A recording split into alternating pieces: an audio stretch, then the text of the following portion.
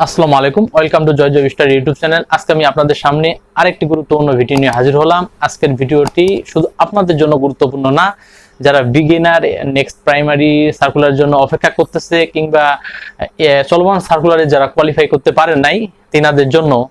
চলমান সার্কুলারে যারা কোয়ালিফাই করতে পারে নাই, যিনারা বিগিনার মানে সদ্য অনার্স মাস্টার্স কমপ্লিট করছে, পদ সংখ্যা বাড়াতে তিনাদের মন অনেক খারাপ, তিনারা এই বিষয়টাকে সাপোর্ট করতেছেন না। তো আজকে আমি দুটি বিষয় নিয়ে আলোচনা করব যে পদ সংখ্যা বাড়লে নতুন পুরাতন সবার জন্যই কেন এটা মঙ্গলজনক বা সবার জন্যই কেন এটা মানে সুবিধা নিয়ে আসবে। 2 নম্বর বিষয় আলোচনা করব যে পরবর্তী সার্কুলার কবে হতে পারে। সো ভিডিওটি অনেক গুরুত্বপূর্ণ হতে যাচ্ছে এবং সম্পূর্ণ ভিডিওটি দেখবেন। এখন পর্যন্ত যারা আমার চ্যানেলটি সাবস্ক্রাইব করেন নাই, আমার চ্যানেলটিকে সাবস্ক্রাইব করে আমার পাশে থাকবেন। আমি বেশ কিছুদিন ধরে লক্ষ্য করতেছি, মানে যখন থেকে প্রাথমিক শিক্ষা অধিদপ্তর ঘোষণা দিয়েছে যে এই মাসের শেষের দিকে পদ সংখ্যা বাড়তে পারে, অর্থাৎ পদ সংখ্যা বেড়ে 58,000 পর্যন্ত হতে পারে, তখন থেকে দেখছি যারা বিগিনার কিংবা চলমান সার্কুলারে যারা কোয়ালিফাই করতে পারে নাই, তিনাদের মন অনেক খারাপ বা তিনারা এই বিষয়টাকে অনেক ওভার রিঅ্যাক্ট করতেছেন। সব জায়গায় দেখতেছি এই বিষয়ে তিনাদের চিন্তাধারা অনেক মানে নেগেটিভ আর কি। তিনারা চাচ্ছেন না যে পদ সংখ্যা বাড়ুক এবং তিনাদের ধারণা হয়তো পদ সংখ্যা বাড়লে পরবর্তী কোনো সার্কুলার তিনারা পাবেন না কিংবা পেলেও পদ সংখ্যা খুব কম হয়। তো আমি আপনাদেরকে বলতে চাচ্ছি যে পদ সংখ্যা যদি বাড়ে তাহলে আপনাদের জন্য আরো বেশি মঙ্গলজনক। কেন সেটা আমি এখন ব্যাখ্যা করব। পদ সংখ্যা বাড়লে চলমান সার্কুলারে যারা ভাইভা দিয়েছেন তিনাদের জন্য তো মঙ্গলজনক বটেই, কারণ পদ সংখ্যা বাড়লে তিনাদের কম মার্কে চাকরির একটা সম্ভাবনা রয়েছে। কিন্তু যারা বিগিনার সদ্য অনার্স মাস্টার্স কমপ্লিট করলো কিংবা এই চলমান সার্কুলারে কোয়ালিফাই করতে পারে নাই, তিনাদের জন্য মঙ্গলজনক। এখানে যদি 60,000 শিক্ষক নেয় তাহলে কিন্তু বাংলাদেশ থেকে 60,000 মেধাবীর একটা কর্মসংস্থানের ব্যবস্থা হয়ে যাচ্ছে, অর্থাৎ আপনাদের 60,000 কম্পিটিশন কমে যাচ্ছে। বাংলাদেশে যত সরকারি চাকরি, অত বিভিন্ন অধিদপ্তর মন্ত্রণালয়ে যত পরীক্ষা হচ্ছে, দেখবেন যে ঘুরে ফিরে এই 50-60,000 পরীক্ষাতেই এরা বিসিএস থেকে শুরু করে 20তম গ্রেডের সব চাকরির পরীক্ষায় কিন্তু দিচ্ছে। ফলে কম্পিটিশন বাজারে এত বেড়ে গেছে যে মানে এদের প্রিপারেশন হাই প্রিপারেশন, কিন্তু এই কোথাও এদের জব হচ্ছে না।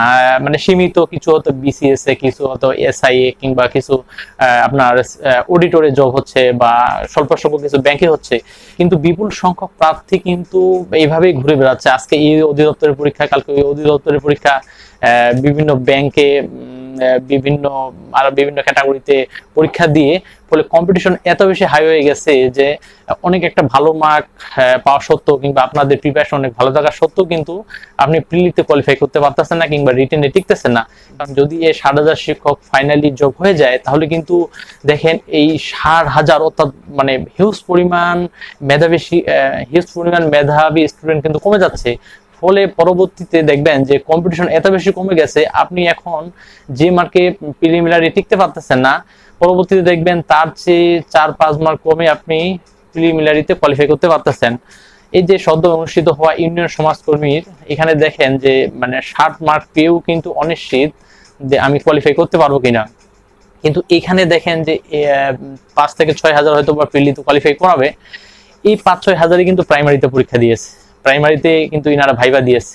তিনাদের যদি এখানে জব হয়ে যেত তাহলে হতো কি যে ইউনিয়ন সমাজকর্মীতে আপনাদের 50 কাটমার্ক হয়ে যেত, অর্থাৎ 50 কাটমার্ক যারা পেয়েছেন তিনারাই কিন্তু কোয়ালিফাই করতে পারতো। কিন্তু প্রাইমারি রেজাল্টটা দেরি হওয়ার কারণে অনেকে এখানে পরীক্ষা দিয়েছেন এবং ঘুরে ফিরে দেখবেন যে প্রাইমারিতে যাদের 60+ মার্ক, এখানেও দেখবেন যে তারা 60+ মার্ক বা 65 মার্ক পেয়ে আছেন। আমি আপনাদেরকে বলতে চাচ্ছি যে নতুন যারা, আপনারা একদম টেনশন করবেন না। আপনারা এই বিষয়টা খেয়াল রাখেন যে 60,000 শিক্ষকের কর্মসংস্থান হয়ে গেলে চাকরির বাজারে অনেকটা কম্পিটিশন কমে আসবে, কারণ বাংলাদেশে এত বড় সার্কুলার বা এত বড় একটা নিয়োগ এর আগে কখনো সম্পূর্ণ হয় নাই। তো এটা আপনাদের জন্য অবশ্যই একটা ভালো খবর। আর আপনারা এটা হয়তো ভাবতেছেন যে এখানে 60,000 শিক্ষক নিয়ে গেলেও হয়তো পরবর্তী সার্কুলার পাবেন না, পেলেও হয়তো খুব কম সংখ্যক পদে সার্কুলার একটা আসবে। এটাও কিন্তু আপনাদের মানে একটা ভুল ধারণা। আমি এর আগের ভিডিওতে বলেছি যে পিইডি প্রকল্পের আওতাধীন প্রায় 1.5 লাখ শিক্ষক নেওয়ার কথা, যেখানে পূর্বের নিয়োগে 20,000 গেছে, চলমানে যদি আপনার 60,000ও নেয় 80,000 গেল, তার মানে আরো কিন্তু আপনার 70,000 শিক্ষকের ঘাটতি রয়েছে। প্রতিটা প্রাথমিকে 2010 শিক্ষা নীতিমালা অনুযায়ী 2 জন করে শিক্ষক নেওয়ার কথা, কিন্তু চলমান সার্কুলারে প্রাথমিকে মাত্র 1 জন করে শিক্ষক নিচ্ছে, আরো 1 জন করে 65,000 প্রাথমিক বিদ্যালয়ের শিক্ষকের কিন্তু ঘাটতি রয়েই গেছে। 65,000 প্রাথমিক বিদ্যালয়ে যদি একজন করে শিক্ষকও পরবর্তী সার্কুলারে নেওয়া হয়, তাতেও কিন্তু আপনার 65,000 পদ সংখ্যা খালি হচ্ছে। প্রতিনিয়ত কিন্তু রিটায়ার্ড হচ্ছে এবং প্রমোশন হচ্ছে। এবং আরেকটি বিষয় হচ্ছে যে চলমান সার্কুলারে চূড়ান্ত রেজাল্টের পর দেখবেন যে 5-7,000 জয়েন্টে করবে না, এবং জয়েন করার পর 6 মাসের মধ্যে দেখবেন যে 10 থেকে 12,000 কিংবা 15,000 চাকরি ছেলে অন্যত্র ভালো চাকরিতে চলে যাবে, ব্যাংকে, বিসিএস সহ অন্যান্য চাকরিগুলোতে চলে যাবে। এতে দেখবেন যে এখানেও 7,000 নিলেও প্রায় 15 থেকে 20,000-এর মতো শিক্ষক ঘাটতি থেকে গেল। তো মোটামুটি নিয়োগ পাবে দেখেন যে 40 কিংবা 45,000।